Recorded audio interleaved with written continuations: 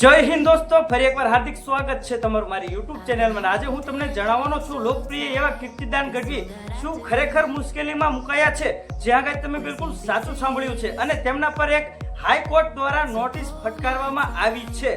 તમે બિલકુલ સાચું સાંભળ્યું છે અને તે નોટિસ શા માટે તેમને ફટકારવામાં આવી છે તેના પર ચર્ચા કરવાનો છું।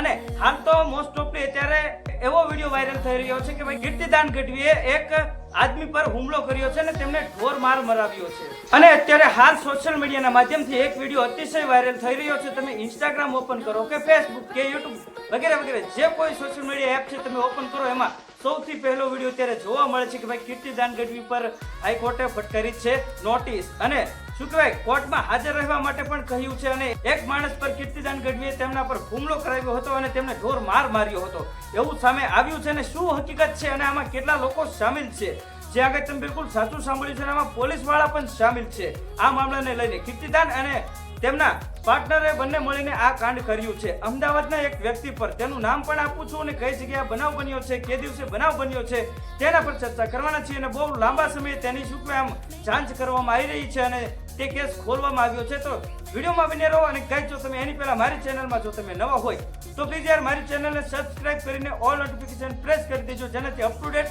અને આવનારા સમયની તમામ જાણકારી તમને મળી રહે। તો વિડીયોની શરૂઆત કરીએ તો સૌથી પહેલા વાત કરીએ તો અમદાવાદના રહેવાસી એવા જયેશ પરમારે એવો દાવો કર્યો છે અને કીર્તિદાન ગઢવી પર આક્ષેપ મૂક્યા છે કે ભાઈ કીર્તિદાન ગઢવી અને તેમના પાર્ટનર અને તેના કહેવાથી પોલીસ વાળાઓએ મારા પર ઢોરમાર માર્યો છે। સાયબર સેલના અધિકારીએ જયેશ પરમાર પર અતિશય ઢોરમાર મારવાનો દાવો કર્યો છે, જ્યાં આગળ તમે બિલકુલ સાચું સાંભળ્યું છે। અને આને લઈને કોર્ટે શું કહેવાય આમ એક્શન લીધી છે કીર્તિદાન ગઢવી પર, તમે બિલકુલ સાચું સાંભળ્યું છે। અને સાયબર સેલના એસપી રાજદીપ ઝાલા અને પીઆઈ એમબી ચૌધરી સહિત કીર્તિદાનને પણ શું કહેવાય નોટિસ ફટકારી છે, તમે બિલકુલ સાચું સાંભળ્યું છે। અને એટલું જ નહીં, 20-21 ફેબ્રુઆરી અને 2026 ના સીસીટીવી ફૂટેજ પણ મળી આવ્યા છે, તેમાં શું કેમ ઠોસ સબૂત મળ્યા છે।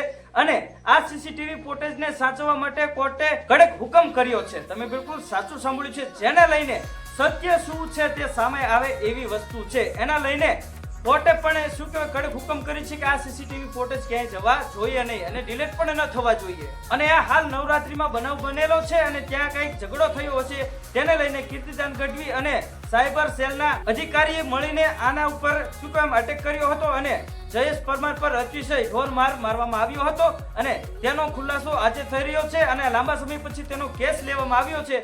અને હજુ આગળ શું શું પગલાં લેવા છે તેની પણ જાણકારી તમને મારી ચેનલમાંથી મળી રહેશે। તમને શું લાગે છે કે આ ષડયંત્ર છે કે પછી જૂની કોઈ દુશ્મની, અને શું સત્ય છે, શું સત્ય ઘટના છે તેની જાણકારી, તમામ જાણકારી હાઈકોર્ટમાં આવનારી સુનાવણી દરમિયાન કરવામાં આવશે, જ્યાં આગળ તમે બિલકુલ સાચું સાંભળ્યું છે ત્યારે શું હકીકત છે તે સામે આવશે અને તેની એ ટુ ઝેડ ઇન્ફોર્મેશન તમને મારી ચેનલમાંથી મળી રહેશે। અને હાલ તો અત્યારે આટલી મને ઇન્ફોર્મેશન મળી રહી છે અને તે સત્ય છે, એકદમ અફવા નથી કે ખોટી વાત નથી, તે એકદમ સત્ય ઇન્ફોર્મેશન મને મળેલી છે અને તે તમારી સમક્ષ લાવ્યો છું। અને હજુ પણ આવનારા સમયમાં કીર્તિદાન ગઢવી સાથે શું થશે તેની એ ટુ ઝેડ ઇન્ફોર્મેશન તમને સૌથી પહેલા મારી ચેનલમાંથી અપડેટ મળી રહેશે।